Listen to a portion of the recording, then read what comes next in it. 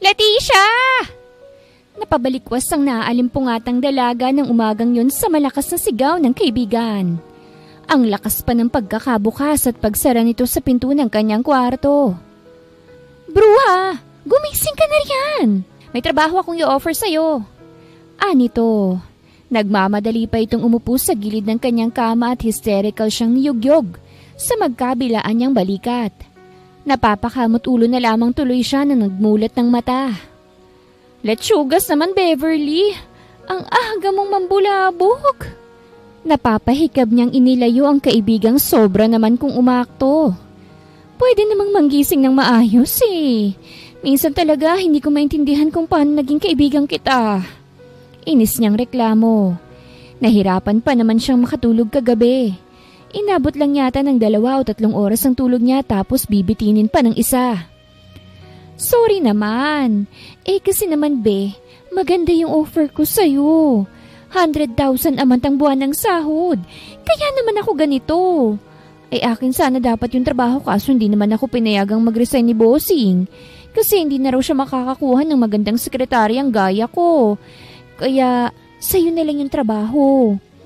Anitong nagpabilog sa kanyang mga mata. Siya naman ang humawak sa magkabilaan nitong braso. Seryoso? 100,000 a month?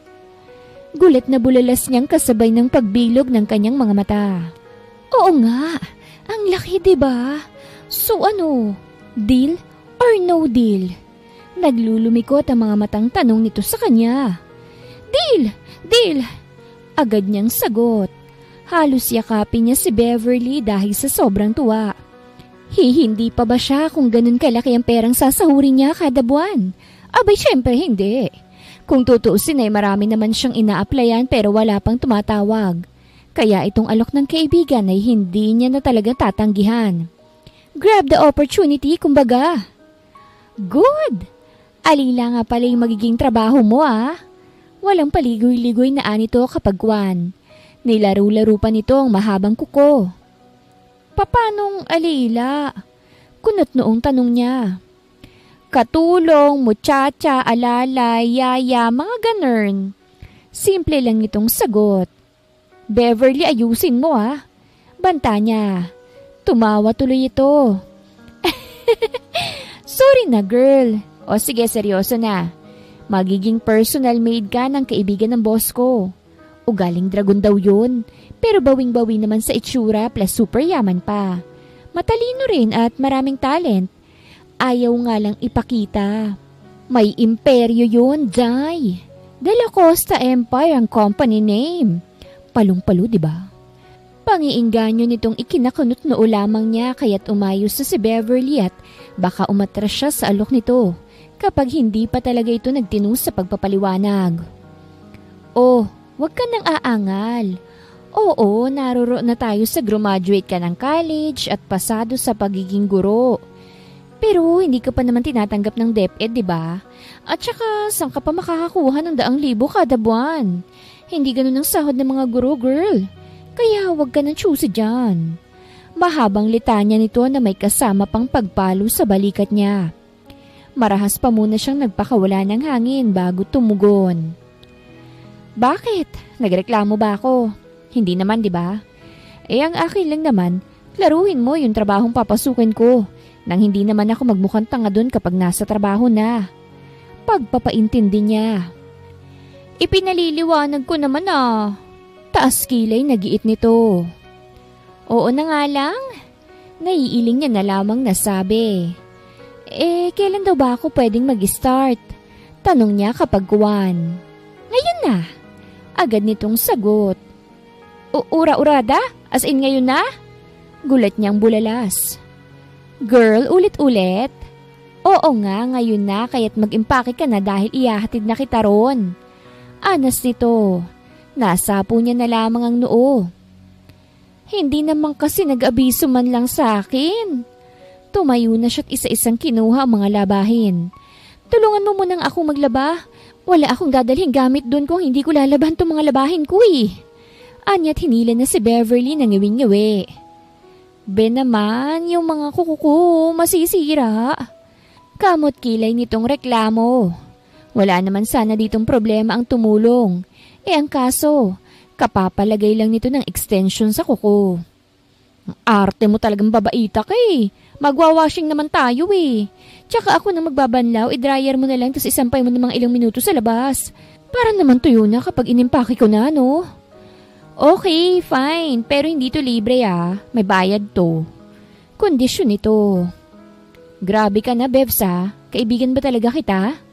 Hindi makapaniwalang bulalas niya. Magkaibigan tayo. At ang tunay na magkaibigan, naniningil at nagkikwentuhan. Malawak ang ngiting nito. Milk tea lang naman. Pahabol pa nito tsaka siya kinindatan. Oo na, piste. 500 na nga lang laman ng wallet ko, babawasan mo pa. Reklamo niya. I love you talaga, friend. Nangingiting nito saka sa kanya yumakap. Naiiling na lang tuloy niyang binalingan ng mga labahin matapos idistansya sa kanya ang kapito kong si Beverly. Diba, ang De La Cosa Empire malaking kumpanya? At ang alam ko ay 3 ang De La Cosa sa kumpanyang yun. Sino ba sa kanila ang pagsisilbihan ko? Usisa niya nang sa wakas ay natapos na sila ni Beverly sa paglalaban ng mga damit na dadalhin niya. Kasalukuyan na rin niyang isinisilid ang mga gamit sa maleta. Yung panganay, si Frederick de Acosta. Yung sumunod naman ay si Marcus. At yung huli, syempre, yung tatay si Mr. Alagdon de la Costa. Stricto lang yon kung titingnan pero napakabait nun. Marami siyang tinutulungan. Sila ng asawa niya. Sayang nga lang at hindi nagmana sa ugali ng tatay yung mga anak. Sagot nito. Tahimik lamang siyang nakikinig habang iniintindi ang kanyang mga gamit. Hindi niya alam kung sino ang Frederick, maging ang Marcos na tinutukoy ng kaibigan, dahil tanging apelido lamang ng mga ito ang alam niya. Laman kasi ng mga business news ang pamilya ng De La Costa, dahil maalam ang mga ito sa larangan ng pagnenegosyo at pagpapalago ng mga iyon. Matapos ang pag-iimpake ay nagpaalam na si Leticia sa tiyahin na siyang nagpalaki at nag-aruga sa kanya. Matapos mawala ng mga magulang. Itinuring siya nitong anak at siya na may isang tunay na ina ang turing dito.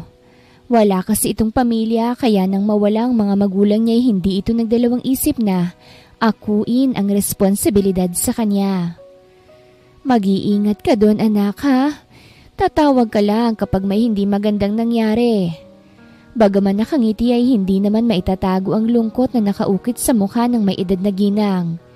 Ngayon lamang kasi mapapalayo sa kanyang anak-anakan. Opo ma, ingat din po kayo rito ah. Naglalambing na humalik sa pisngi ng pangalawang magulang si Leticia. Tsaka dito yumakap ng mahigpit. Mamimiss kita anak. Tumawag ka sa akin pag nakarating ka na ron, ha? Malambing ang tono ng boses nitong Bilin. Opo. Isang mahigpit na yakap pa muna ang iginawad ni Leticia sa magulang bago dito tuluyang kumawala. Bye na po muna, Tita Sally. Don't worry po kasi hindi po mapapano ang frene ko doon. Paninigurado ni Beverly sa ginang. Natutuwa naman itong tumango. Hinatid pa muna sila nito ng tingin at nang tuluyan na silang makalayo ay tsaka lamang ito pumasok. Be, hindi ko sure yung sinabi ko kay tita kanina ah. Marahan siyang siniko ni Beverly para lang ibulong yun sa kanya. Bakit naman? Takang tanong niya. Kasi di ba nga sabi ko maladrago ng ugali ng magiging boss mo? Arugante din daw yun eh. Gaga ka? Bakit naman ngayon mo lang sinabi? Takot yarn? Girl, remind lang kita ha. Sayang yung 100,000 a month. Gaga, hindi.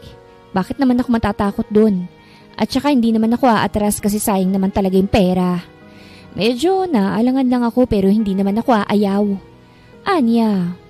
O di mabuti. Dinukot nito ang cellphone sa bag at nagtiparon. Nag-chat ako kay Bossing na papunta na tayo sa mansyon ng mga De La Costa. Anito? Anong reply? Kuryosong tanong niya. Ipinakita naman ito ang sagot ng boss nito na nagpatikwas ng isa niyang kilay. Like lang yung reply? Ang tamad naman niyang boss mo. Komento niyang tinawanan lamang nito. Ganun talaga siya. Tamad mag-type ng letters. Kibit balikat nitong sabi na nagpa-arko naman sa kilay ni Leticia. Hindi naglaon ay tuluyan na nilang narating ang mansyon ng mga De La Costa. Mahigit 5 oras din ang inabot bago nila tuluyang marating ang mansyon. Grabe! Ang laki ng bahay! Manghang bulalas ni Leticia habang nakatingala sa magarbo at matayog na mansyon. Mansyon yan, be. Hindi bahay. Pagtatama ni Beverly. Sus, kinurek mo pa ako parehas namang tinutuluyan yun. Kibit balikat niya nalang nasabi. Ewan ko sa'yo, tara na sa loob. Pinangunahan na nitong pagpasok na agad niya namang sinundan. Sinalubong pa sila ng mga katulong na pare-parehong uniforme. Sabay-sabay pa silang binati ng mga katulong na wari. Alam na ngayon silang darating. Bumati rin naman sila pabalik kasunod ng pagngiti nila rito ng matamis. Miss, si Sir Aaron at si Sir Frederick nyo nasaan? Tanong ni Beverly sa isang katulong kapagwan. Nasa pool area po sila, ma'am. Magalang nitong sagot. Ay naku, hindi bagay sa akin yung ma'am na yan. Bevs na lang. Nito sa katulong. O sige po. Sagot na lamang nito. Maiwan ko na muna po kayo Marami pa po akong gawain. Magalang nitong paalam sa kanila. Tumango na lamang sila dito bilang pagsang-ayon. Tara na! Marahang tinapik ni Beverly si Leticia na naglalakbay ang mga mata sa malapalasyong mansyon. Mamaya ka na mamangha dyan. Tara na sa pool area nang makausap na natin sila. At nang maipakilala na kita sa magiging boss mo. Muling pinangunahan ni Beverly ang paglalakad hanggang sa marating nila ang malawak na pool area ng mansyon. Tumikhim pa muna ang dalaga bago kunin ang atensyon ng mga simpatikong naroroon sa parting iyon ng malaking bahay. Sir Aaron, nandito na po yung best friend ko na sinasabi ko po sa inyo. Pagkuha ni Beverly sa atensyon ng boss nito. Nagkatinginan pa silang magkaibigan ng tanging ang tinawag nitong Aaron lamang ang lumingon. At tanging senyas lamang ginawa ng lalaki para palapitin sila. Pipi ba yung boss mo? Hindi mapigilang tanong ni Leticia sa kaibigan. Siya nga, hindi. At saka huwag kang maingay at baka marinig tayo. Tapos ang maliligayang araw ko sa trabaho, no? Kabadong sita nito sa kanya. Parang gusto niya tuloy matawa dahil tensyonado masyado ang kaibigan niya. Nawala bigla ang pagkataklesa nito. Akala ko ba gandang-ganda yung boss mo sa'yo? Tikwas ang kilay pang tanong niya sa kaibigang nanlalamig na ang mga kamay. Gaga, joke lang yun. Mariin pa itong napapikit ng magawi dito ang mga mata ng boss nito. Gaga kapag ako nasisante sisingiling kita. Impit itong banta na may kasamang pagkurot sa kanya. Gusto niya sanang matawa kaso nahagip na mga mata niya ang pagkunot ng noon ng lalaking bagaman biniyayaan ng magandang mukha at tindig. Ay nakakatakot naman kung tumingin. Na kung nakamamatay nga lang ang matalim nitong tingin ay baka bumulagta na silang magkaibigan. Katakot naman tong lalaking to. Anya sa isipan. Mahirap na kasi. Baka marinig siya, hindi pa siya tanggapin sa trabaho. Inilihis niya na lamang ang mga tingin sabay linis sa lalamunang tila ba binarahan ng kung ano. Good afternoon, Sir Aaron. Sir Frederick. Nakagat pa ni Beverly ang ibabang labi ng mautalang dila nang pinaghalong kaba at takot sa boss na ang sama ng tingin sa kanya. Ito nga po pala si Leticia. Kaibigan ko po. At siya po ang magiging personal maid nyo. Pakilala sa kanya ng kaibigan ng tuluyan silang makalapit sa dalawang lalaki na mukhang parehong-pareho ang ugali. Mas susungit. Anong pangalan mo? Seryosong tanong ng nakadekwatrong si Frederick kay Leticia. Ako po. Turo ni Leticia sa sarili upang siguraduhin siya nga ang tinatanong ng lalaking sa tingin niya ay pinapasa ng problema ng mundo. Ni hindi man lang kasi itong umingiti, kahit pilit nga lang sana. Walang emosyon ang abuhin nitong mga mata na nakatitig lamang sa kanya, at na naghihintay sa magiging sagot niya. Nag-vibrate ang cellphone niyang hawak kaya't saglit niya itong tinitigan. Gaga, alangang ako kilala na ako niyan. Pinapahamak mo yung sarili mo, bruha ka. Tahimik niyang binasa ang message sa kanya ni Beverly. Nahihiya niya na lamang na nakamot ang batok. Sorry boss. Leticia Almonte po, 24 years old at nabitin ng iba pa sana niyang sasabihin nang patahimikan siya ni Frederick gamit ang isa nitong daliri. I'm only asking your name, not your bio. Masungit nitong sabi. Akala ko po kasi pati information ko gusto niyong malaman. Mahinang paliwanag niya. Sinabi ko bang magpaliwanag ka? Bakas ang iritasyon sa malamig nitong boses. Hindi, pero karapatan kong magpaliwanag.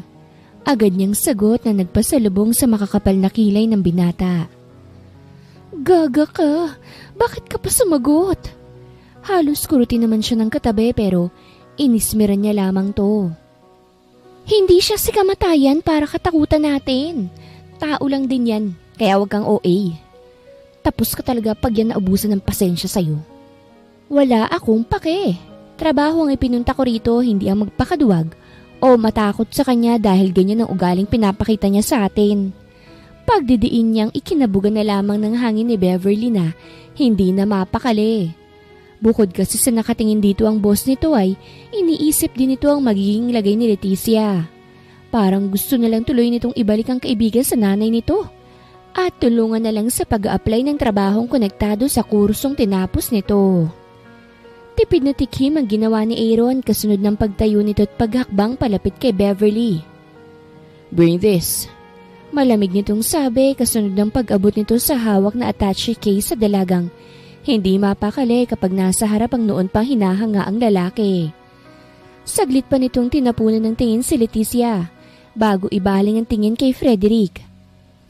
Kayo na lang mag-usap. Kapag may kailangan ka pa, tumawag ka na lang. Mauuna na ako. Formal na paalam ni Aaron. Let's go. Ayan nito kay Beverly. Siniko naman ang isang katabing nakikipagtagisan ng tingin sa binatang hindi man lang kumukurap ang abuhin nitong mga mata. Uy, babay na. Iyakang-yaka mo lang naman ang trabaho rito eh. Maiwan na kita ha. Tawag ka kapag may hindi magandang nangyari. Kumaway sa kanya si Beverly kahit nasa harapan niya ito. Hurry up, Beverly! Tawag ni Aaron sa dalaga. Ang buong akala kasi nito'y nakasunod na ito sa kanya. Hindi pa pala. Oo po, bye na Tisha ha. Kumaway pa itong muli bago patakbong lumapit sa lalaking salubong ang makakapal na kilay. Hey! Tawag ni Frederick sa dalagang nakatanaw sa pintong nilabasan kanina ng dalawa. Hindi ka naman ba tatanga-tanga? Agad na naibaling ni Leticia ang tingin sa binatang nakadekwatro pa rin at seryoso lang na nakatingin sa kanya. Grabe naman sa word na tanga. Sagot mo lang ang gusto kong marinig, not your complaint. Pagsusungit pa nito. Hindi po, sagot niya na lamang. Gwapo ngang gaspang naman ang ugali. Reklamo niya sa isipan. Good, ipaghanda mo ako ng pagkain. Utos agad nito. Saan po ba? Tanong niya dahil hindi niya alam kung saang parte ang kusina. Mas maigi nang magtanong siya rito kaysa maligaw siya sa kakahanap. I-try mo dito sa pool. Baka makapagluto ka rito. Piloso po nitong sabi. Piloso po? Parang nagtatanong lang eh. Bubulong-bulong niyang sabi. Bakit hindi mo subukang lakasan ang marinig ko naman? Anang binata. Hala, wala naman po akong sinasabi. Painosenteng giit niya. Leave! Singhal nitong sabi. Sungit! Nagmarcha na lamang siyang palayo dito. Habang ang binatay marahas na bumuga ng hangin. Mukhang palagi siyang mauubusan ng pasensya sa inirekomenda ng sekretarya ng kaibigan. Marunong kasi itong sumagot at mukhang hindi sa kanya magpapatalo. Sa kabilang banda ay panayang hanap ni Leticia sa kusina ng pagkalawak-lawak na bahay. Tagaktak ng pawis niya dahil kung saan-saan siyang nakarating. Maigi na lang at nakita niya ang ginang kanina na sa tingin niya ay mayordoma ng mansyon. Manang, saglit lang po. Saan po ba dito ang kusina? Magalang niyang tanong. Ngumiti naman sa kanyang may edad na babae bago sumagot. Diretsuhin mo lang daang ito. Nasa dulo ang kusina, iha. Mabait nitong sabi. Sige salamat po manang. Akma na sana niyang tatahaking ng daan patungong kusina nang pigilan siya ng ginang. Bakit po? Takang tanong niya sa may edad na babae. Mahihirapan ka kung palagi mong bitbit yung mga gamit mo. Dalhin mo na muna yan sa magiging kwarto mo. Halika't nang masamahan kita. Sige po. Salamat po, manang. Melinda. Pakilala nito. Salamat po, manang Melinda. Walang anuman, iha. Ikaw, ano bang pangalan mo? Leticia po. Magalang niyang pakilala. Ang ganda ng pangalan mo. Parang ikaw lamang, iha. Tanong ko lang, kung may dugo ka bang ibang lahi? Mukhang hindi ka kasi purong Pinoy. Iba ang gandang taglay mo kung ikukumpara sa mga Pilipinang dalaga. Usisa nitong ikinangiti naman niya. Amerikano po ang tatay ko. Sagot niya. Kaya naman pala ang puti at ang ganda mo eh. Tapos ang tangos pa ng ilong mo. Mukhang marami magkakagusto sa'yo. Pero maiba tayo. Kung foreigner ang tatay mo, bakit ka pumasok sa pagiging katulong? Bakas ang kuryosidad sa tono ng ginang. Ang laki po ng pasahod ni Sir Frederick, manang. Mahirap tanggihan eh. Isa pa'y wala na ang totoo kong mga magulang. Tanging ang tiyahin ko na nga lang po ang natitirang kamag-anak ko. Siya na rin ho ang tumayong ina't ama simula nang napunta ako sa kanya. Anya, tumangutango naman ang may edad na babae. Kay Senyorito Frederick ka pala? Bakas ang gulat sa mukha nito. Opo. Bakit po manang, may problema po ba? Kuryosong tanong niya. Ngayon lang kasi nag-hire ng katulong niya iyang si Senyorito Frederick. Kaya nakakagulat. Pero iha, makakatagal ka kaya? Hindi naman sa tinatakot kita pero ibang ugali ng panganay ng mga De La Costa. Hindi naman ho yung ugali niyang habol ko dito manang eh. Ano? Yung sahod ho. Siyang tunay nga naman. Tumigil lang sila sa pagkakwentuhan nang marating na nila ang maid's quarter. Isaayos mo na muna ang mga gamit mo tsaka ka bumaba. Tsaka nga pala iha, may allergy sa mga seafood si Senyorito Frederick. Ayaw niya rin na nilalagyan ng asukal ang kape niya tsaka ayaw niya ng makalat. Gusto niyang nasa ayos ang lahat ng gamit niya. At ang pinaka-importante na dapat mong malaman, ayaw niyang pinakikialaman ng mga gamit niya. Mahigpit ngunit mahinahon itong paalala sa kanya. Pakatatandaan ko po lahat ng bilin niyo, manang. Salamat po. Mula sa pusong pasasalamat niya rito. Walang anuman, iha. Tinapik na lamang siya nito sa braso tsaka siya tuluyang iniwan. Kahit itong maid's quarter, ang laki. Mahinang puri niya sa malawak na kwarto kung saan siya mamamahinga tuwing gabi. Pinusod niya na lang muna ang mahabang buhok bago ayusin ang mga gamit. At nang matapos siya ron ay lumabas na siya tinahak ang daan patungong kusina. Kaldereta at chapsuy ang naisip niyang lutuin para sa boss niyang pinaglihiyata sa sama ng loob. Sir, pagkain niyo po. Inilagay niya na sa mesang naroroon ang mga pagkaing hinanda. Aso ba ako? Sa lubong ang makakapal nitong kilay na tanong sa kanya. May hawak pa itong dyaryo at sinadya nito yung tupiin ng mariin. Sino naman pong nagsabi sa inyong aso kayo? Wala namang kayong buntot. Paano niyo natanong kung aso ba kayo? Ngiwing tanong niya rito. Damn it! Yung estilo ng pananalita mo, ayusin mo. Naaalibadbaran ako. Tsaka yung mukha mo, ayusin mo. Magaspang nitong puna sa natural niyang gawi. Ha? Kinapa niyang mukha para damahin kung saang parte ang may sira sa mukha niya at iniayos ito. Okay naman po ang mukha ko ah. Baka yung mata niyo lang. Inosente niyang sabi. Tsaka paano naman naging pangit ang pananalita ko? Ang galang-galang ko nga po. Giit niya pa. Mariin na lamang napapikit ang binata. Mukhang mauubusan siya ng pasensya sa inirekomenda sa kanyang katulong. Leave? bago pa kita sisantahin. Nagpipigil sa galit na taboy nito. Nanulis tuloy ang labi ni Leticia na hindi maintindihan ng mood na meron ng masungit na amo. Mag-enjoy po kayo sa pagkain. Anya't iniwan na ito. Abot! Nalukot na lang ni Frederick ang dyaryo sa sobrang inis. Ngayon lang kasi siya nakatagpo ng ganong klase ng babae. Hindi natatakot na sumagot sa kanya. Sana pala'y hindi na lang siya nag-hire. Tuloy ngayon kumikirot ang sentido niya sa nakuhang katulong. Ang pangit ng ugali niya. Gwapo siya, oo, pero yung ugali baliko. Tumatabi-tabingi pa ang kanyang bibig na sabi habang papalayo sa binatang gusto niyang tirisin na lang ng tirisin hanggang sa mawala ang namumuong inis niya para dito. Iha! Ay kabayo! Nagulat na lamang si Leticia sa biglaang pagsulpot ng sopistikadang ginang.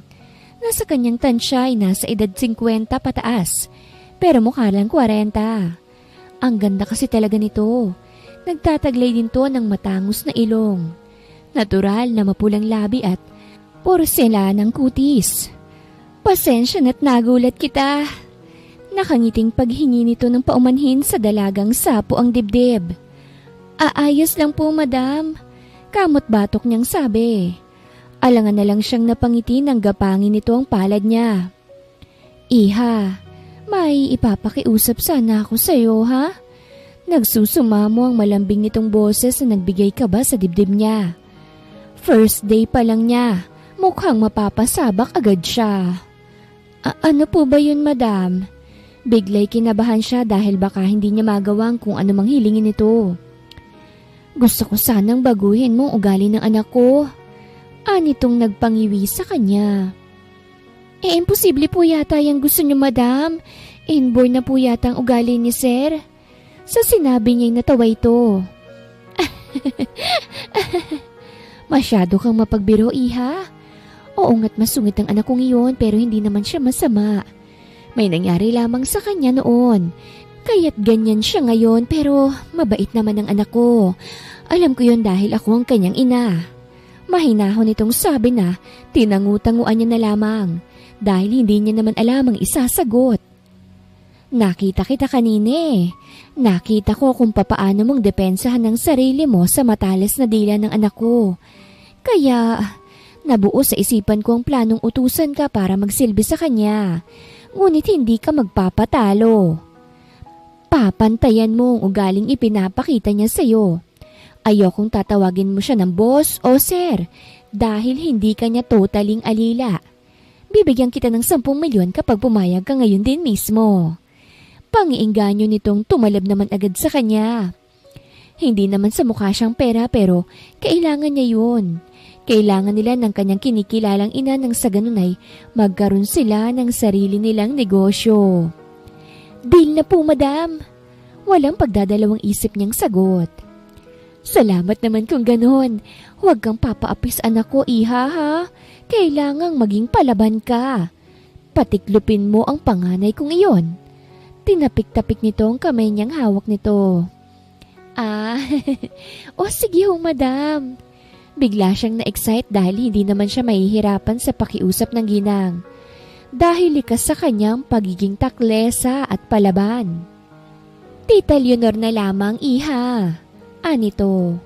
Alinlangan tuloy siyang ngumiti ngunit sinunod pa rin ang nais nitong sa ganun niya ito tatawagin. Iyong mga gamit mo nga pala, iha. Nasaan? Kapag kuway tanong ni Leonora sa dalaga. Nasa maid's quarter na po. Kunin mo't maghanda ka dahil sa mansyon ng anak ko ay sasama ka. Po? Akala ko po, dito po nakatira si Sir Frederick. Frederick, alisin mo na ang sir na yan. Anito? Dumalaw lang naman dito ang anak kong yon. Dinamahan ko kaya't napilitang pumunta. Ewan ko ba naman sa anak kong yon kung bakit bumukod agad? Gayong wala pa namang pamilya. Oh shit, mukhang napapahaba ng usapan natin. May meeting pa ako with one of our biggest investors. Kaya maiwan na kita, ha? Kung may bank account ka, ibigay mo na lang sa akin ang maisend ko sa iyo ang payment ng pakiusap ko. Dagdag pa nito. Nahihiya namang ibinigay ni Leticia ang bank account number. Mabuti na lang pala't kumuha na siya ng sariling bank account. Nagpaalam na rin to sa kanya nang sa wakas ay may isend na sa kanyang pera. Frederick, tawag niya sa binata nang puntahan niyang muli ito. Anong tinawag mo sa akin? Napatayo ito't matalim ang tinging ipinukuli sa kanya, pero hindi siya naaapektuhan noon. Frederick, bakit? Ano ba yung dapat kong itatawag sa'yo? Kaswal na lamang niyang sabi. Damn you! Okay lang, no choice ka naman kung hindi pagtiyagaan ako eh. Nanay mo'y nag-utos sa akin na huwag kong itotolerate yung kagaspangan ng ugali mo. Tsaka, parehas lang naman tayong baliko ang ugali eh.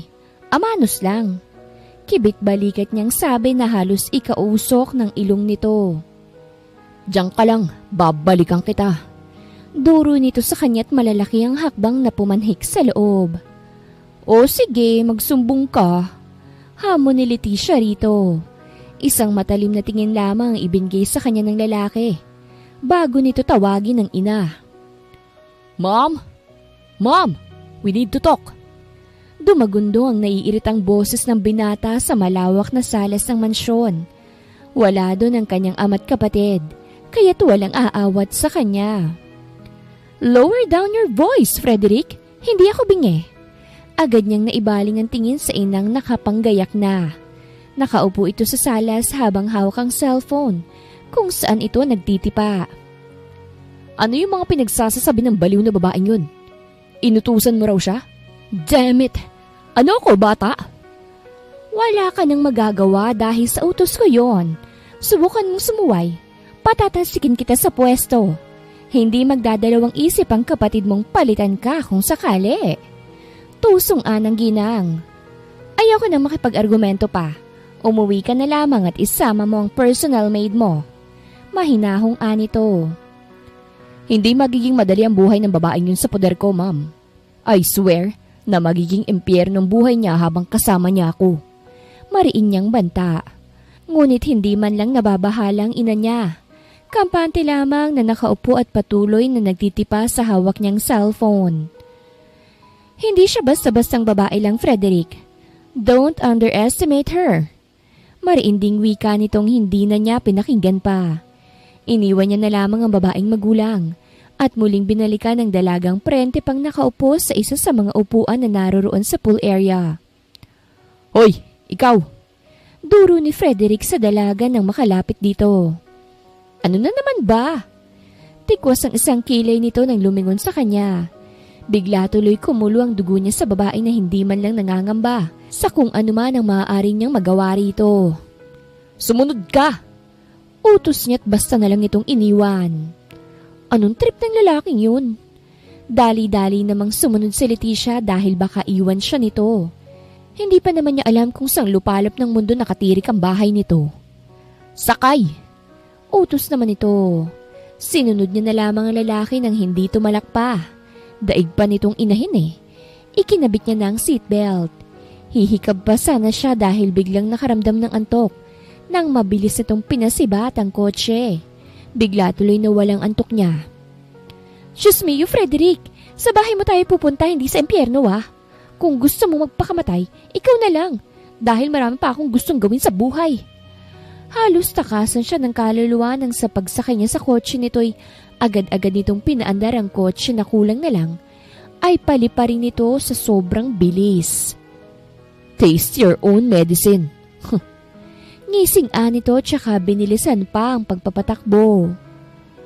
Ang lakas ng sapak mo sa utak na lalaki ka. Lagot ka talaga sa akin mamaya. Magkahalong inis at takot ang ngayon nararamdaman ni Leticia. Dahil halos makipagkarera sila sa mga sasakyang tila ba nakikipagpatintero kay kamatayan. Diyos ko! Napapikit na lamang siya sa upuan nang sumalubong sa kanilang papalapit na van. Sasalpok tayo! Iliko mo! Tarantang mando niya pero ang lalaki tila babingi.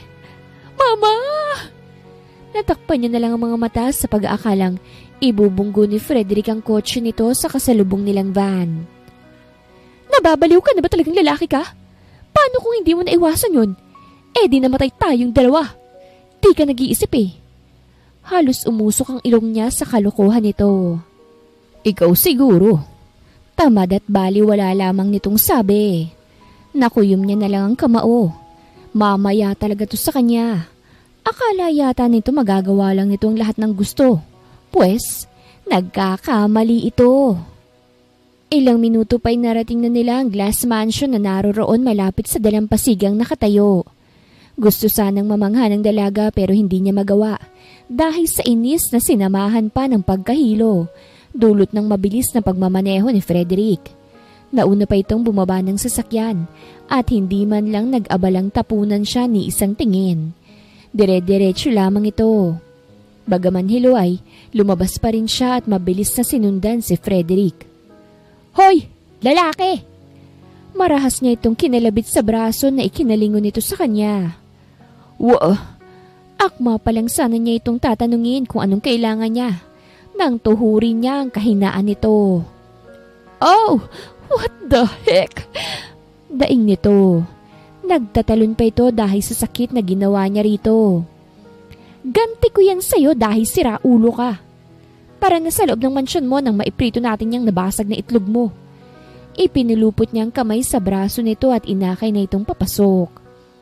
"You're crazy!" Namimilipit pa rin ang binata. Kung nakakamatay nga lang ang masamang tingin na ipinupukol niya sa dalaga, ay baka bumulagta na ito. Baliw na akong baliw. Pero itong baliw na ito, hindi kailanman magpapatalo sa'yo. May basbas ako mula sa mama mo kaya hindi mo ako magagalaw, no? Nakapamewang niyang sabi. "Ano nga palang gusto mong ulam? Ipaghahanda kita. Baka kasi isipin mo hindi kita pinagsisilbihan." Kapag kuway tanong niya rito nang maupo niya ito sa L-shape na sofa. "Hindi mo pa kilala kung sinong kinakalaban mong babae ka." Halos mamula na sa sobrang inis si Frederick. Pero si Leticia kampante lang, ni hindi ito nabahala.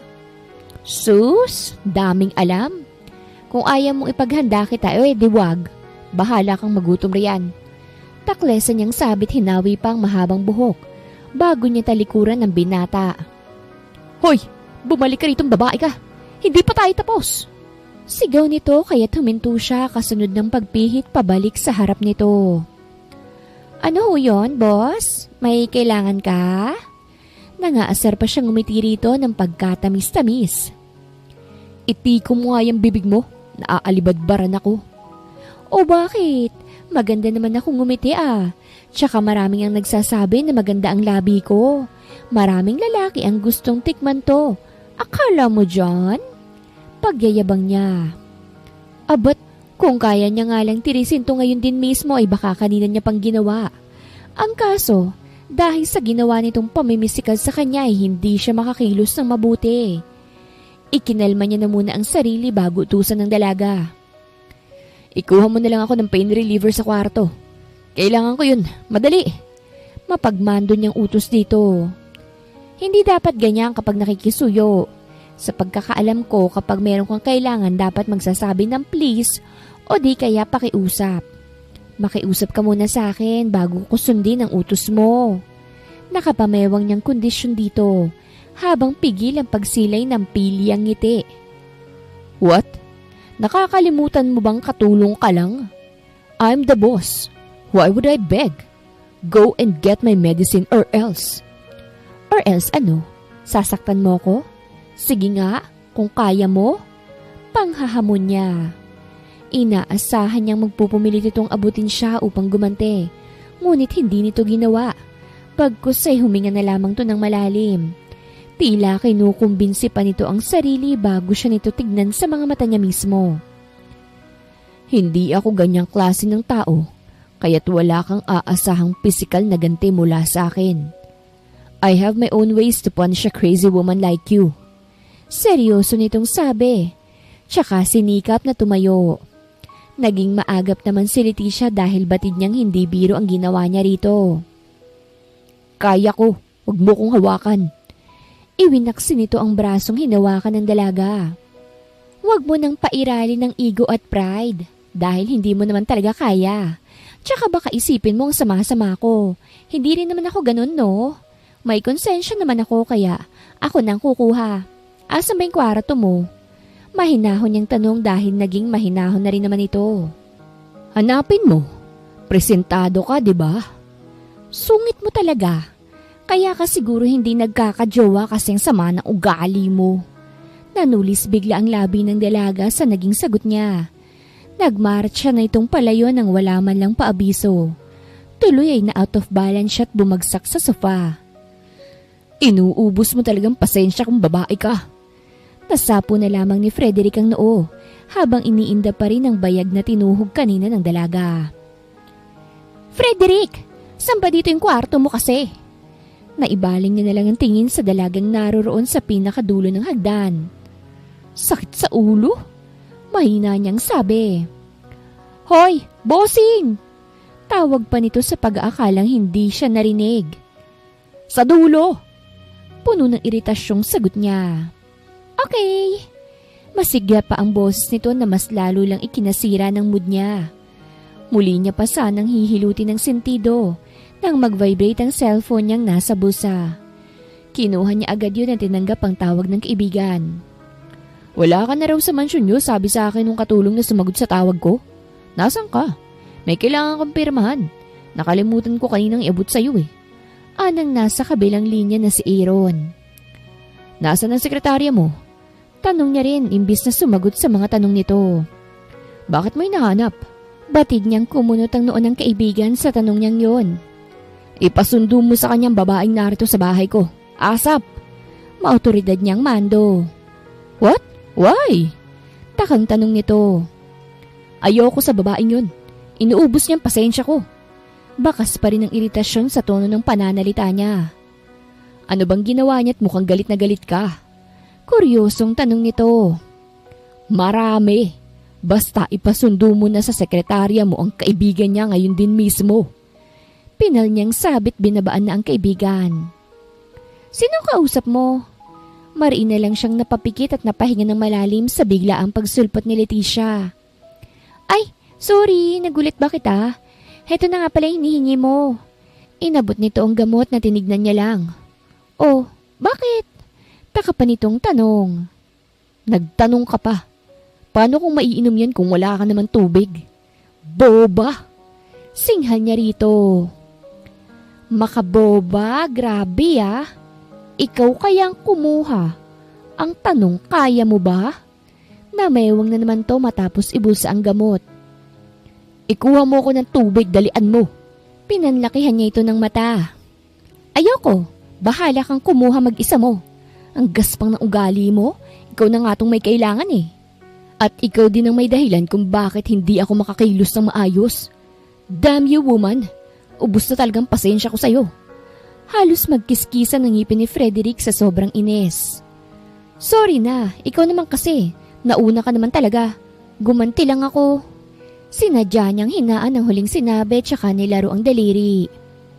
Hindi ba tapos ka ng edukasyon? Ganyan bang asal ng gustong maging guro?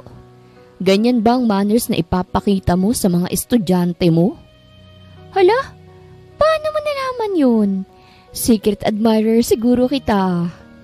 Sa panaginip mo. I have my own ways para alamin ang background ng isang tao. At alam ko rin kung paanong sisirain ang buhay niyong mag-ina kapag ipinagpatuloy mong pagkalaban sa akin.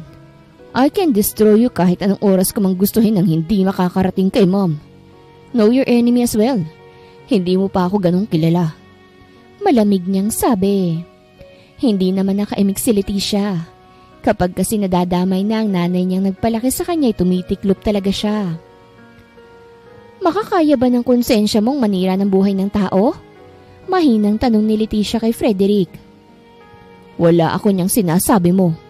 Nakahalukip-kip nitong sabi. Ang sama mo. Kuya mang kamao niyang asik dito. At aminado ako doon dahil masama talaga ako.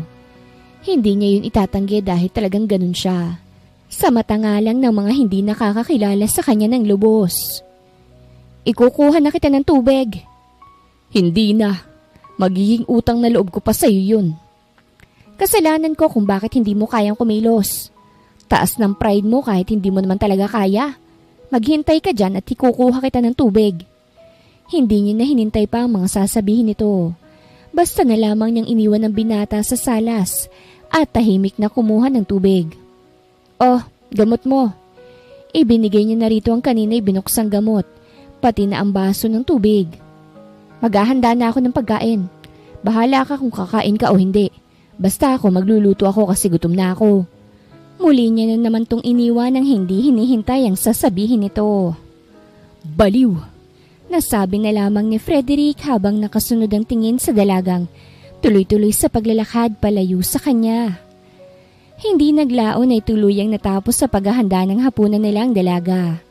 Isinaayos niya na muna ang mga pagkaing inilatag niya sa mesa isa-isa bago sana tawagin si Frederick.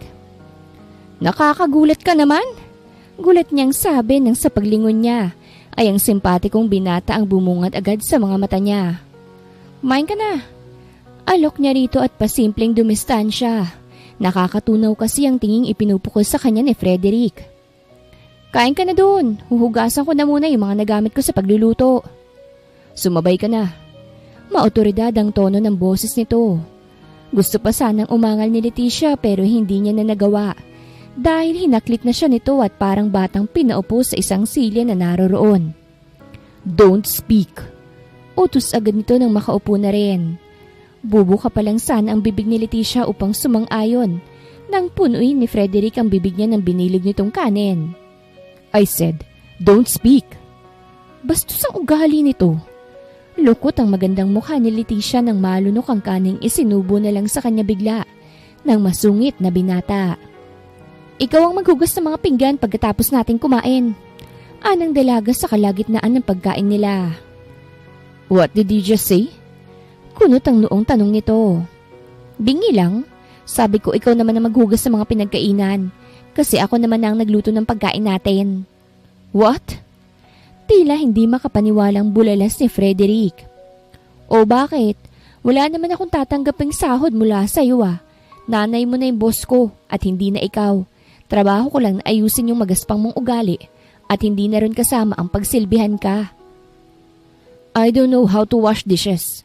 At kaya nga kita kinuha para pagsilbihan ako. Kung hindi mo rin lang naman yun magagawa, pues umalis ka na ngayon din mismo. Okay lang, pabor pa nga sa akin na makaalis ang kaso hindi naman papayag yung nanay mo. Kaswa lamang niyang sabi kasunod ng pagsubo at payapang pagnguya nun. No, hindi ako maghuhugas. Pinal nitong sabi kasunod ng marahas nitong pagtayo. Okay, pero wala kang pagkain mula sa akin. Hindi kita ipagluluto. Kaya kong bumili ng sarili kong pagkain. Kahit nga kaluluwa mo kayang-kaya kong bilhin. Nye. Ang daming sinasabi. Sana lang hindi mo kainin yung mga pinagsasasabi mo ha. I will never. Okay, sabi mo eh. Kibit balikat niya na lang nasabi. Tinapos niya na lang muna ang kinakain bago tumayo. Oh, bakit nandiyan ka pa? Mag-walk out ka na. Tikos ang kilay niyang sabi rito dahil nakatayo pa rin ito doon at blankong nakatingin sa kanya. Hindi pa ako busog. Madiin itong sabi kasunod ng muli nitong pag-upo at pagsali ng pagkain sa wala namang laman nitong plato. Lihim na lang tuloy na napangiti ang dalaga dahil alam niyang nasasarapan ito sa mga inihanda niya. Hindi naman kasi sa pagmamalaki pero magaling at talagang masarap siyang magluto. So, pagkatapos mo dyan, maghuhugas ka na. Kapag kuhay tanong niya sa kaharap. In your dreams. Masungit nitong tugon. Okay. Anya na lamang. Gusto mo ba ng dessert? Tanong niya na naman kapag kuwan. Where? Sabihin mo muna na ikaw ang maghuhugas. Pigil ang ngiting kondisyon niya rito. Ho. Inispelling pa nito ang salitang yon. Sabi mo eh. Tumayo si Leticia at kinuha sa freezer ang ginawang mango grahams. Ang sarap pa naman ito kaso nga lang hindi ka makakatikim kasi wala ka namang magiging ambag. Kumuha siya ng malakihang hiwa at saka iyon inilagay sa isang platito.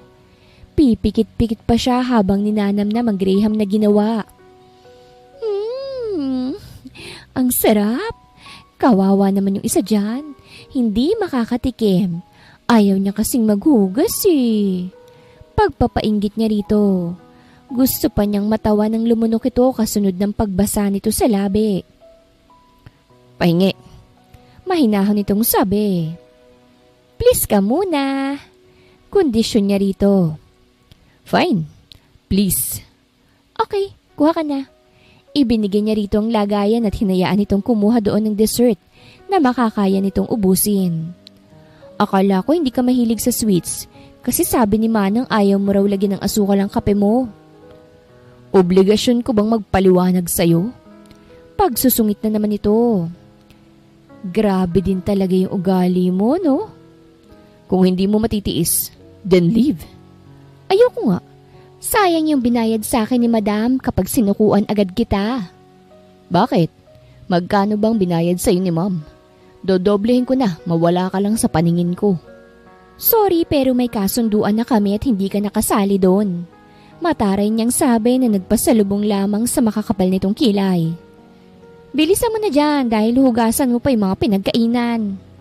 Asa ka? Yun lang at umalis na ito sa harap ng mesa bitbit ang lalagyan ng dessert na ginawa niya.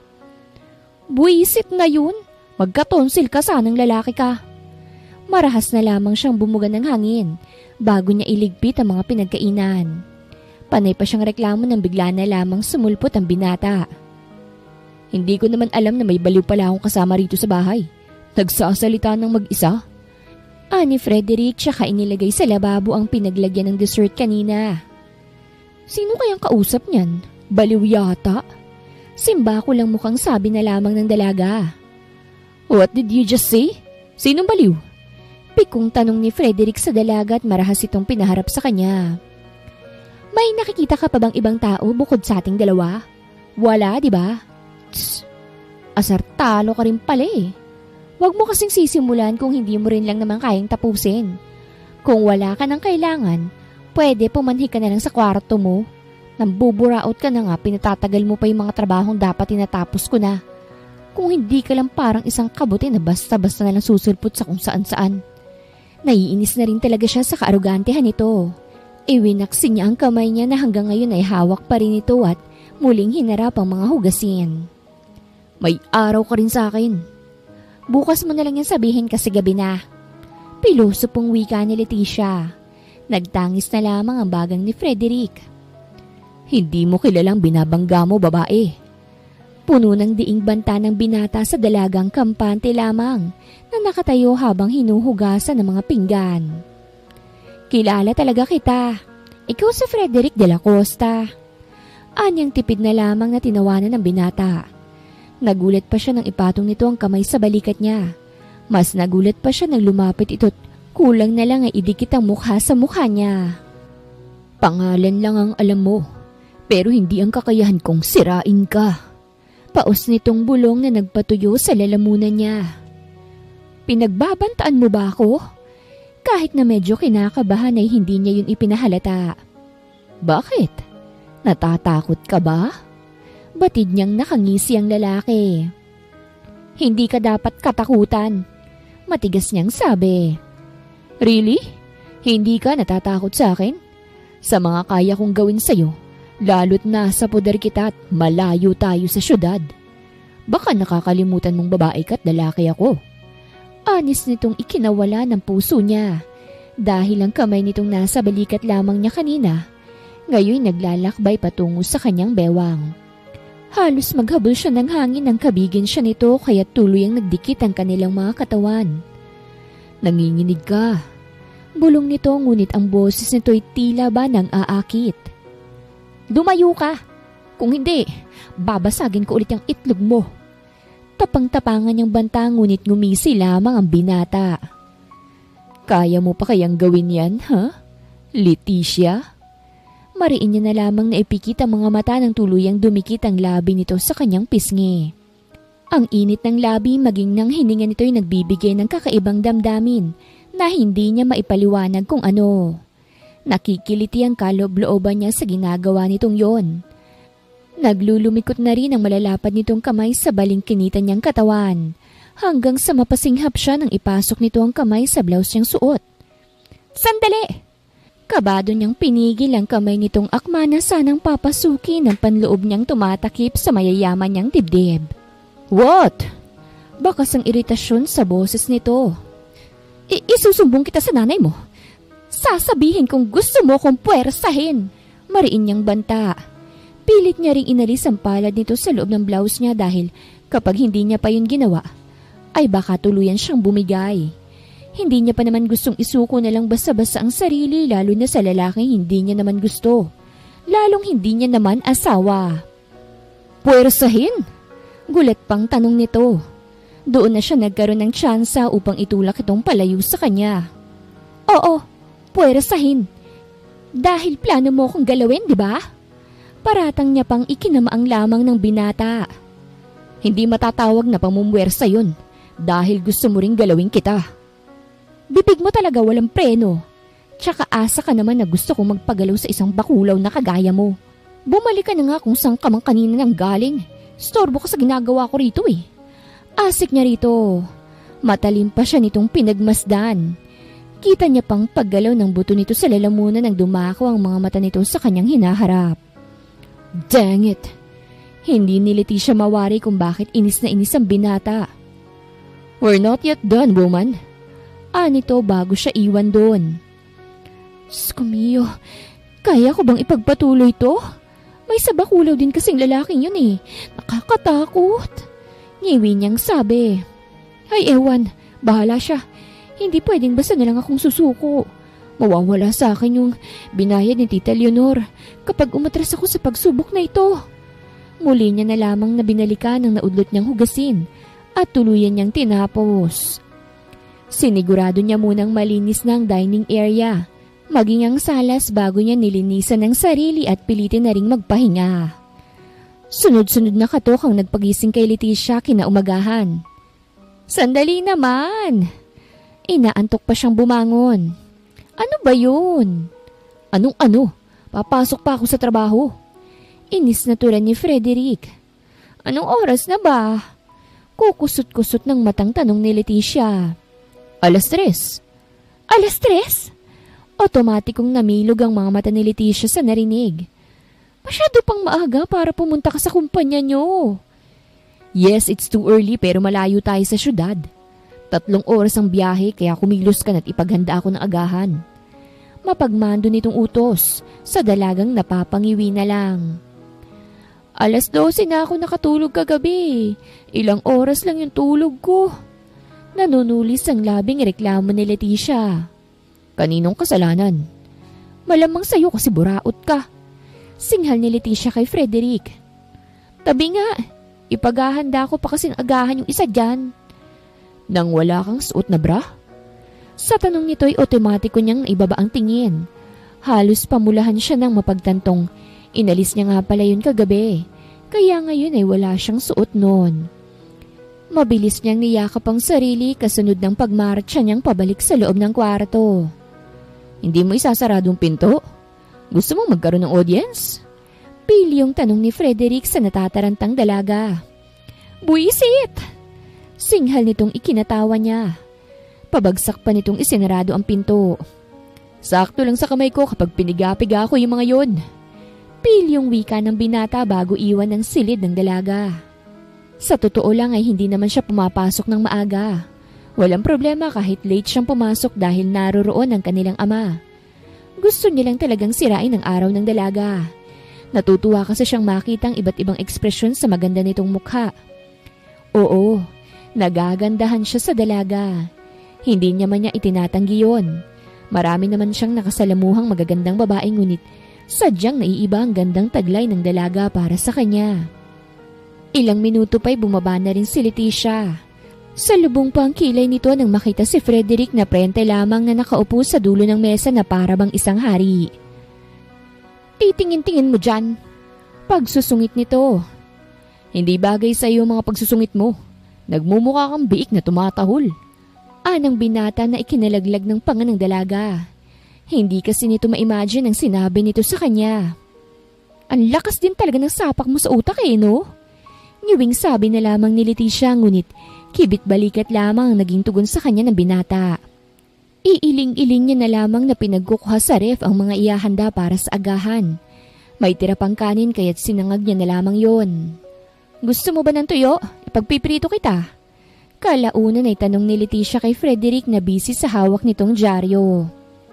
I don't eat dried fish. Arte mo naman. Ang sarap kaya ng tuyo lalo na kung isasawsaw sa sukang may bawang. I said, I don't eat those things. Kung gusto mo, ikaw ang kumain. Tamad nitong sabi. O edi okay. Inirapan na lamang ni Leticia ang binatang nagsusungit na naman. Hindi niya talaga maintindihan ang ugali ng isang yon. Ang hirap ispelengin. Luto na po mga pagkain nyo, mahal na hari. Sarkastik ang wika ng dalaga nang mailatag ang lahat ng hinanda niya sa mahabang mesa. Tipid na sulyap na lamang ang ginawa ni Frederick sa dalaga bago niya balingan ang mga pagkaing nakahain. May kutsara tinidor naman, bakit kailangan mong magkamay? Hindi ni Frederick mapigilang hindi punahin ng dalaga dahil kinakamay lamang nito ang mga pagkaing inilagay nito sa plato. Pati sa estilo ng pagkain ko nakikialam ka. Masarap kumain ng nakakamay, okay? Mas buwelo. Tsaka malinis tong kamay ko kasi hinugasan ko to kanina. Hindi naman maialis ni Frederick ang tingin sa dalagang sarap na sarap sa kinakain nito. Lalo na sa tuyong isinasawsaw nito sa ginawa nitong sawsawan. Tila ba tinatakam siya ng dalaga sa uri ng pagkain nito ngayon. Napansin siguro siya ng dalaga na kanina pang nakatingin kaya't inalok na siya nito. Kuha ka na, masarap yan, promise. Sa unang pagkakataon ay nakita niya itong ngumiti. Hindi ba ako nito matitinig kapag kinain ko to? Inosenteng tanong ni Frederick na ikinatawa ng dalaga. Ano ka ba, syempre hindi. Binilad na yan tapos prinito ko pa. Nguyain mo lang syempre ng maayos. Turo ng dalaga na agad niya namang sinunod. Ay hala, saglit nga. Akma na sana siyang susubo nang pigilan siya nito. What? Sabi sa akin ni Manang Melinda, allergy ka daw sa seafood? Si Marcos ang may allergy sa seafood, not me. Ha? Pero yun ang sinabi sa akin ni Manang. Matanda na si Manang, nag-uulyanin na. Kumain na nga lang tayo, pwede ba? Ah, ganun ba? O sige, kumain ka na. Hindi na muli pang nagsalita ang dalaga dahil ganun din naman ang ginagawa ng binata. Saan ka pala kakain ng lunch? Matapos kumain ay tanong ni Leticia kay Frederick. Sekretarya ko na ang bahala doon. Kailangan ko na umalis. If maboard ka, pwede kang manood ng TV. Pwede ka rin maglakad-lakad sa dalampasigan. Basta wag ka lamang lalayo. Mahigpit nitong Billy na tipid na lamang na tinanguan ni Leticia. Ingat ka. Napahinto ang binatang papasok na sana sa loob ng kotse nito nang marinig ang sinabing yun ng dalaga sa kanya. Lihim pa siyang napangiti dahil tila ba hinaplos ng kung anong mainit na bagay ang puso niya. Thank you. Mag-ingat ka rin dito. Isang puro at matamis na ngiti ang isinukli niya sa ngiting ibinibigay nito sa kanya. Kumaway pa ito na ikinangiti niya lalo. Mukhang magandang mood natin ngayon ah. Ang personal maid mo bang dahilan yan? Agad na naibaling ni Frederick ang tingin sa kaibigang hindi niya napansin ang biglang pagpasok sa kanyang opisina. Ano bang kailangan mo? Imbis na sagutin ang tanong nito ay nagtanong din siyang pabalik. You're not answering my question, bro. Pili ang ngiti nito sa labi. Shut up, Monteverde. Okay. By the way, yung invitation sa atin ng CEO ng Sunrise INC, dadaluhan ba natin? Wala akong partner na isasama kaya hindi siguro. Tamad lamang na sagot ni Frederick habang abala sa kaharap na computer. Yung maid mo. Hindi yun papayag sa mga ganong event. Tsaka, pag-uusapan na naman ako ng mga tao once na makita nila akong may kasamang babae. That's not an issue, bro. Tsaka ano naman kung pag-usapan kayo? Maganda si Leticia. Nag-uumapaw nga siya sa ganda eh. Just like her friend. Si Beverly bang partner mo? Saglit niyang itinigil ang ginagawa upang tapunan ng tingin ng kaibigan. Yup. Uutusan ko na rin siya na siya na lang bahala sa pag-aayos ng isusuot nila ni Leticia. Wag na, ako nang bahala nung sa kanya. Whoa, are you sure? First time yan bro ah. Manghang bulalas nito. May kailangan ka pa ba? Pinapaalis mo na ba ako? Yes, please. Tamad niyang sabi na ikinatawa naman ni Aaron. Okay. Tumayo na ito at tuluyan na rin nagpaalam. Maya-maya lamang ay ang kanyang ina naman ang sunod na pumasok. Mom, what is it? Ganyan ka ba bumati sa taong nagluwal sa'yo? Kunwaring nasasaktang wika ni Leonor. May kailangan kayo, tama ba ako? Tanong ni Frederick sa ina dahil hindi naman ito sa kanya lalapit nang walang ibang dahilan. Mangangamusta lang naman ako, anak. I'm not fine. And it's all because of that maid. Kasalanan niyo ito. Mabuting tao si Leticia. Paano niyo naman nalaman? Gayong kakikilala mo pa lang naman sa kanya. Ramdam ko yon, iho. Kaya't wag mo naman sana siyang pahirapan. May pangarap siya kaya tinanggap ang offer ko. Fine. Anything else? Oh, and there's more. Ano po ba yun? Dadalawin ka raw ng kapatid mo. Hindi yata na-inform ang kapatid mong yon na papasok ka ngayon. Kaya sinadya ka niya sa bahay mo. Ano? At ano namang kailangan niya? Si Leticia lang ang nandun. We know Marcos. Babaero ang siraulong yun. Kapag nakita niya si Leticia, yak na pupormahan niya yun. Kanino ka ba anak concerned? Sa kapatid mo o sa PA mo? You're not helping me, Mom. Tumayo siya at pinatay ng computer. I have to go. Pakisabi kay Dad na umuwi na ako. And I'm not sure kung makakabalik pa. Tapos ko naman ang lahat ng kailangan tapusin eh. Bye, Mom. Kinuha niya na ang suit pati na ang cellphone. Humalik din muna siya sa pisngi ng ina bago tuluyang iwan ng opisina. Napapangiti na lamang si Leonor sa nakitang asal ng anak. Mukhang tama nga ito sa pagpili sa dalaga. Sa kabilang banda, ay abala si Leticia sa pinanonood na palabas nang biglang may nag-doorbell. May naiwang kaya siya bumalik? Taka niyang tanong. May nakalimutan ka ba? Nabitin ang dapat pa sanang sasabihin niya. Nang sa pagbukas niya ng pinto ay hindi si Frederick ang naroroon, kung hindi ibang tao. Sino po sila? Marcos de la Costa. Nakangiting pakilala nito. Titig na titig pa ang lalaki sa kanya nang maglahad ng kamay. You are... Leticia. Naiilang man ay tinanggap niya rin ang pakikipagkamay nito. Magkapatid ba kayo ni Frederick? Tanong niya dahil nahahawig ito kay Frederick. Abuhin din ang mga mata nito ngunit kung pagkukumparahin ay mas malakas ang karisma ni Frederick. Yup, pwede naman siguro akong pumasok, hindi ba? Oo naman. Ang dapat ng ngiti ay naging ngiwi nang hindi nito bitawan ang kamay niyang kanina pa nitong hawak. Marcus, yung kamay ko. Sorry. Kumindat pa ito sa kanya nang bitawan ng kamay niya. Tipid na lamang siyang umiti dito matapos itong papasukin. Wala nga pala dito yung kapatid mo. I know. Tsaka hindi naman si kuyang sadya ko. Sino pala kung ganon? Hindi niya na nagugustuhan ang kapreskohan ng lalaki. Ikaw. Nangaakit pa itong umiti sa kanya. May boyfriend ka na ba, Leticia? Wala. At wala akong plano. Agad niyang sagot. Baka pag nakilala mo na ako, magkaroon ka na ng plano. Anitong nagpakunot sa noo niya. May nagsabi na ba sa'yo na sobrang corny mo? Tingin mo ba lahat ng babae papato sa'yo dahil lang sa may itsura ka at anak mayamang ka? Sa sinabi niya otomatikong nawala ang mga pilyong ngiti sa labi ng binata. Ngayon lang kasi ito nasabihan ng ganon. Sanay ito na pinupuri at halos luhura ng mga babaeng nagkakandara pa dito. Ikaw pa lang. Kamot-ulong sagot ni Marcos. Ang suplada mo pala. Mukha kang anghel pero yung ugali mo.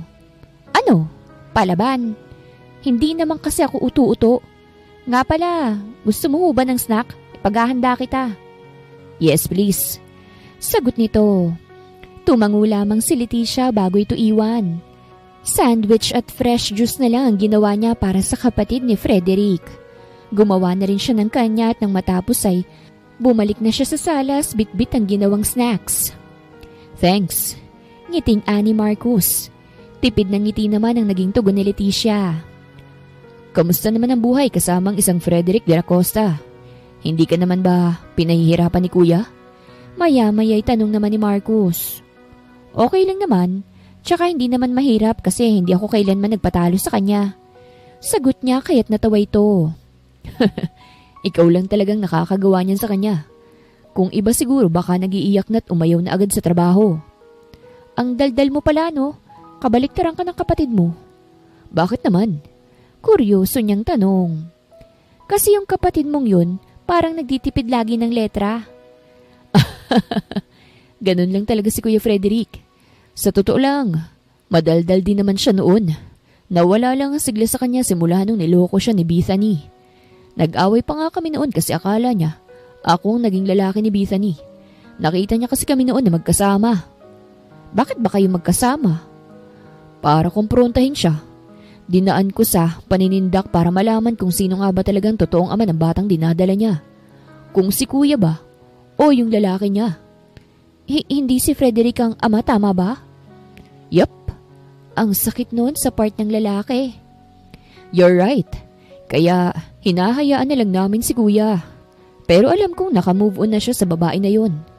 And I surely know na may babae na siyang natitipuhan ngayon. Makahulugan ang naging ngiti nito na nagpatikwas sa kilay niya. Anong ngiti yan? Wala naman. Salamat nga pala sa pasnak, Miss Beautiful. Magpapaalam na rin ako dahil baka kung ano pang isipin ng kapatid kong yun kapag naabutan niya ako rito. Overthinker pa naman ang isang yun. Tumayo na ito't marahan siyang tinapik sa balikat. Pinagsasasabi nun. Minabuti niya na lang nabuksan muli ang TV nang tuluyan na itong makaalis. At handa na sana mag-focus muli doon nang bigla na lang bumukas ang pinto. Leticia! Dumagundong ang malamig na boses ni Frederick pagpasok sa sariling mansyon na nagpagulat sa dalaga. Hindi bingi ang kasama mo rito sa bahay Palatak ni Leticia nang magtama ang mga mata nila ng binata. Where's Marcus? Malalaki ang hakbang nito nang lumapit sa kanya. Tinignan pa siya nito mula ulo hanggang paa. Wala na, umalis na, tsaka bakit ka ba ganyan? Para kang nanakawan. Nag-alala ako sa'yo. Akala ko kung ano namang ginawa ng siraulong yun. Napapraning ka naman masyado. Mabait si Marcus. Hindi mo lang yun nakita kasi sarado yung mga mata mo sa kanya. May inamin nga siya sa akin tungkol sa past mo Tumulong siya sa'yo. Hindi ka niya niloko kaya wag mo na siyang pag-isipan lagi ng masama. Hay, para naman kayong hindi magkapatid.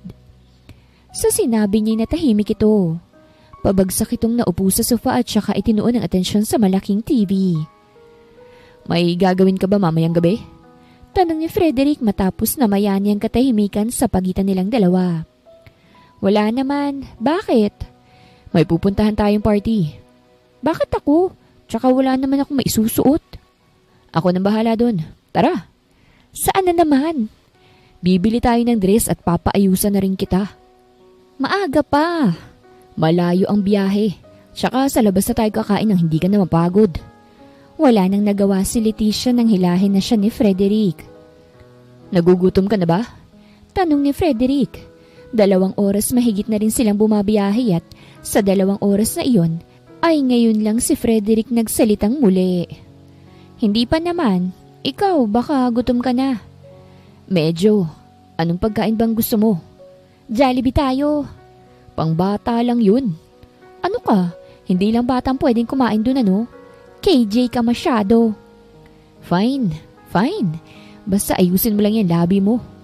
Natitempa ko lagi kapag nanunulis yan. Ano? Tila nabingi siya sa huli nitong sinabi.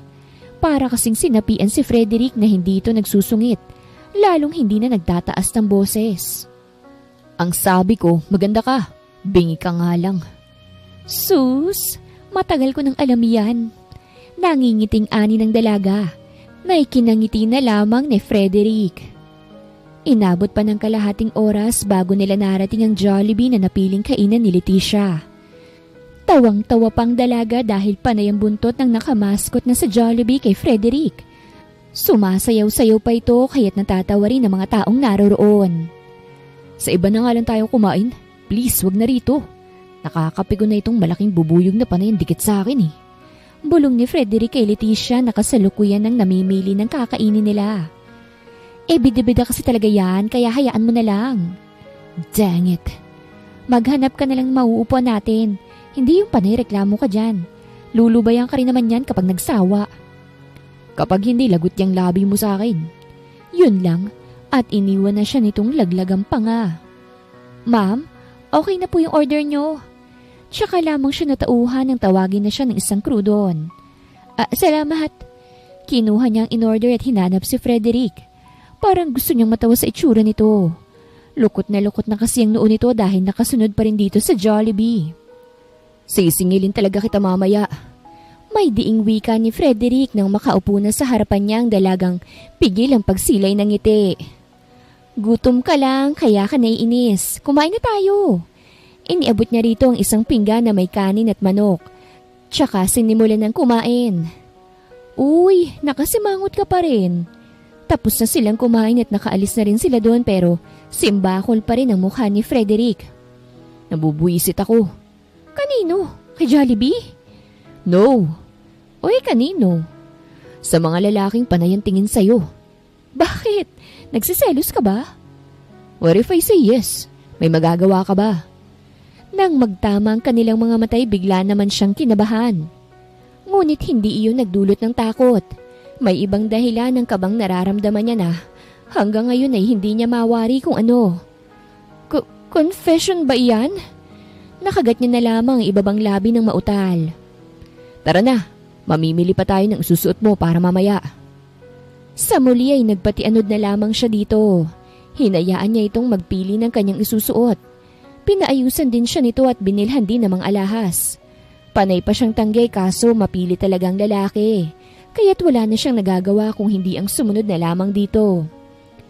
Bandang 6:00 na rin ang tuluyan na silang natapos.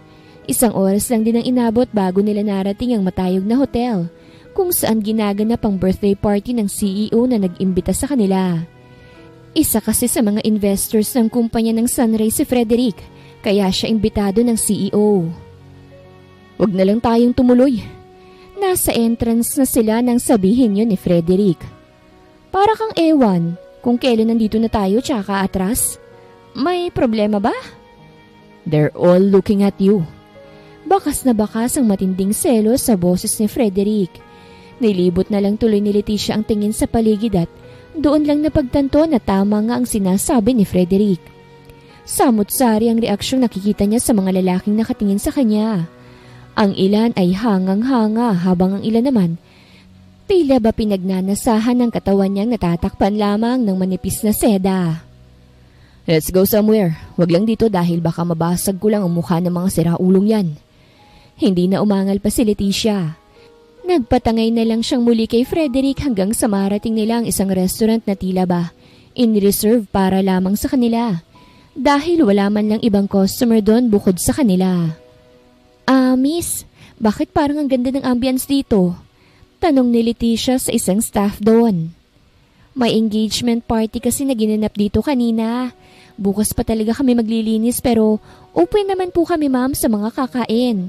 Welcome po kayo ng husband nyo dito ma'am. Magalang at nakangiti nitong sabi na nagpainit sa magkabilaan niyang pisngi. Dahil napagkamalan pa silang mag-asawa ni Frederick. Let's dance honey. Sabayan natin ang musika ng resto nang hindi naman masayang tong mga suot natin. Nangaakit na bulong ni Frederick sa mismong tenga ng dalaga nang makaalis na ang babae kanina. Anong honey ka dyan? Umayos ka nga. Maayos naman ako ah. Hindi ako lasing kaya't nasa tamang wisyo ako. Malambing ang boses nitong sabi na nagpapahina sa tuhod ng dalaga. Frederick, please wag kang ganyan. Baka ma-full ako. Hiyaw ng kanyang isipan. Tumambol na lamang ng malakas ang puso niya nang hapitin siya nito sa bewang. Yakap nilang isa't isa habang sinasabayan ng malamyos na saliw ng musika. At dahil magkalapit ay ramdam na ramdam nila ang init ng kanilang katawan na sinasabayan ng pagtambol ng malakas ng kanilang mga puso. Ilang linggo pa ang lumipas at sa ilang linggong yon ay halos hindi na sila mapaghiwalay. Isinasama na rin ni Frederick sa opisinang babaeng ngayon ay nagpapatibok muli ng kanyang puso. Good morning. Kain tayo sa labas. Isang pumpom ng pulang rosas ang bumungad kay Leticia isang umaga. Katatapos lang niyang maligo nang bumungad kagad sa kanya ang napakasimpatikong si Frederick na meron pang hawak na bulaklak. Ang gwapo talaga ng lalaki. Niwala siyang makita kahit na ni isang kapintasan man lamang dito. Good morning din. Salamat sa bulaklak ha. Tinanggap niya na ang punpo ng rosas kasunod ng pagsamyu niya noon. Pinalabas niya lang muna si Frederick para makapagpalit siya. You're so beautiful. Halos oras-oras na lang yatang naririnig ni Leticia yon mula sa bibig ng lalaki. Ikaw din, ang gwapo mo. Nag-init pang magkabilaan yung pisngi nang sabihin niya yon. Papasa naman kaya ang isang katulad ko sa'yo? Pilyo ang ngiting nakaukit sa labi ni Frederick nang itanong nito yon sa kanya. 1 linggo na rin kasi mula nang manligaw ito sa kanya. Tignan natin. Pigil ang ngiti niyang tugon. Let's go? Alok nito. Tumango naman siya at hinayaang tratuhin siya nito ng parang isang prinsesa. Kumain, nagbonding at nag-arcade pa silang dalawa ng araw na yon. Kapwang may galak sa kanilang mga puso ngunit tila babitin ng isang araw, lalo ng isang gabi para sa kanilang dalawa. Kaya't nang makauwi ay naglatag ng carpet sa may dalampasigan si Frederick. Nagluto din siya ng pagkain at kumuha na rin ng wine. Inayos niya na muna ang lahat. Naglagay din siya ng lights at naglagay ng ilang unan doon. Kinuha niya rin ang gitara ngayon niya lang ulit gagamitin upang awitan ng pinaka-espesyal na babae sa buhay niya. Bukod sa kanyang ina. Nang tuluyang matapos ay pinuntahan niya na sa kwarto ang dalaga at inaya ito sa labas. Pero mag-aalauna na. Lalabas pa rin tayo? Sa tabing dagat lang Sa muli ay nagpatianod lamang si Leticia. Umukit na lang ang ngiti sa kanyang mga labi nang bumungad ang sorpresa ni Frederick sa kanya. Inalalayan siya nitong maupo hanggang sa kunin nito ang gitarang naroroon at masuyo siyang kinantahan. Mahal kita, Leticia. Hindi man naging maganda ang una nating pagtatagpo ngunit kailanman ay hindi ko pinagsisisihang dumating ka sa buhay ko. Binigyan mo ng kulay ang nagdilim kong mundo. Pinisigla mong muli ang puso ko. Kaya kahit gaano pa katagal ay maghihintay ako hanggang sa masabi mo rin sa akin na mahal mo rin ako. Mahal din kita, Frederick. At oo, sinasagot na kita. Halos tumalo ng puso ng binata sa sinabing yun ng tinatanging dalaga. I love you. Sabay pa nilang sabi bago magtagpo ang kanilang mga labi. Kapwa nag-aalab ang kanilang mga puso, kaya't walang dahilan upang hindi nila pagbigyan ng ninanais ang kanilang mga katawan.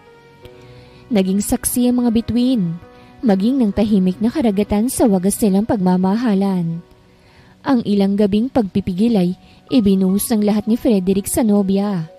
Sinisiguro ni Frederick na sa gabing yun mismo ay mabubuo niya ang inaasam na anak at apo ng kanyang mga magulang. May basbas na rin siya sa ina ni Leticia dahil dito siya unang nagpaalam na liligawan niya ang anak nito. Kahit kay Beverly ay nagsabi din siya. 1 buwan lang ang lumipas at tuluyang ibinigay ng Diyos ang anghel na kapwa nilang hiling. 3 buwan na rin noon ang siya ni Leticia nang tuluyan silang mangako ng wagas na pag-ibig sa harapan ng altar. Wakas!